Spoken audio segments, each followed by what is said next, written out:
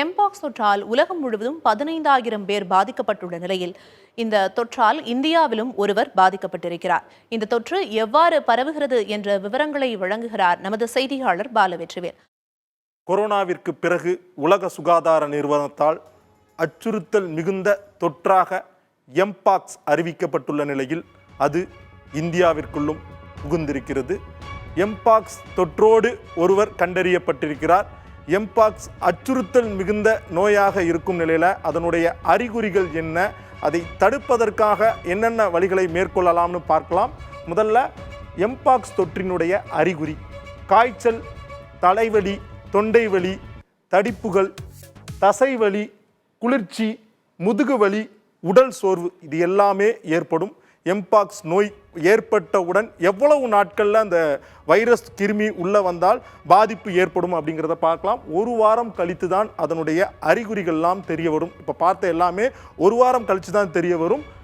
தொற்று ஏற்பட்டு 1 முதல் 21 நாட்களுக்குள் அந்த டியூரேஷனில் அந்த தொற்றினுடைய பாதிப்பு தன்மை நோயாளிகள் ஒவ்வொன்றாக உணர தொடங்குவார்கள்.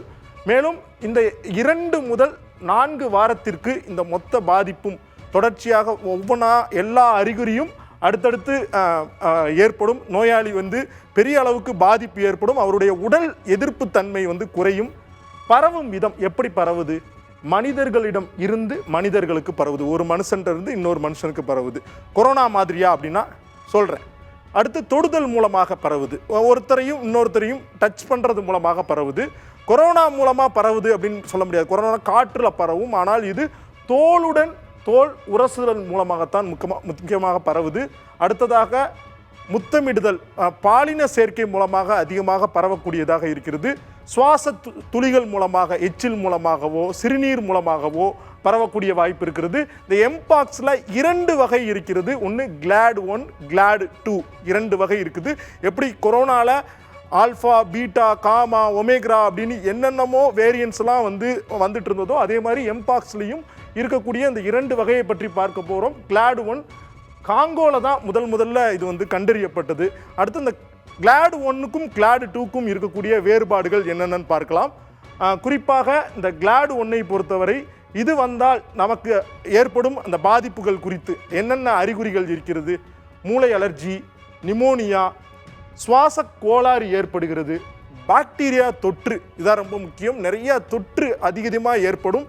அடுத்தடுத்த பாதிப்புகள் அடுத்தடுத்த உடல் உறுப்புகளுக்கும் ஏற்படும். அதீத காய்ச்சல், கடும் தலைவலி, இது எல்லாமே தான் கிளாட் 1ஓட அறிகுறிகளாக உள்ளது. அதிதீவிரமான தோல் வெடிப்புகள், இதுதான் பாதிப்பு, முக்கியமான பாதிப்பு. தோல் அப்படி வெடிப்பு ஏற்படும். பெரிய பெரிய புண்களாக கொப்பளங்கள் ஏற்படும். தொற்று பரவும் விகிதமும் தொடர்ச்சியாக அந்த கிளாட் 1ல் அதிகரிக்கிறதாகத்தான் விஞ்ஞானிகளும் மருத்துவர்களும் சொல்கிறாங்க. இதோட தீவிரத்தன்மை எப்படி இருக்கும் அப்படிங்கிறது தான் முக்கியம்.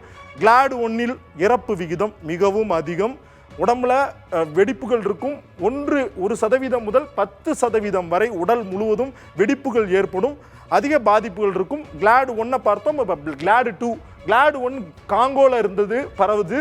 கிளாட் 2 பொறுத்தவரை மேற்கு ஆப்பிரிக்கா, நைஜீரியாவிலிருந்து இந்த கிளாட் 2 கண்டறியப்படுது.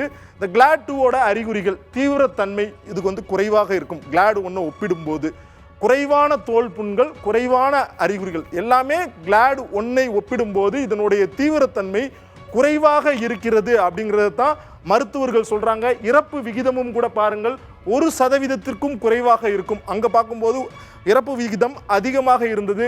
எனவே எம்பாக்ஸை பொறுத்தவரை கிளாட் 1 மிகவும் அச்சுறுத்தல் மிகுந்த ஒரு நோயாக இருக்கிறது. இதுதான் மருத்துவ உலகம் தெரிவிக்கிறாங்க. இதனுடைய பரவும் விகிதமும் அதிகமாக இருக்கிறது அப்படிங்கிறது தான் ரிசல்ட் சொல்லுது. இந்தியாவை பொறுத்தவரை கிளாட் 1ஆல் பாதிக்கப்பட்ட நோயாளி தான் கண்டறியப்பட்டிருக்கிற இந்த சூழலில் எம்பாக்ஸ் தொற்றை ஒரு அச்சுறுத்தல் மிகுந்த ஒரு தொற்றாக நாம் பார்க்க வேண்டும்.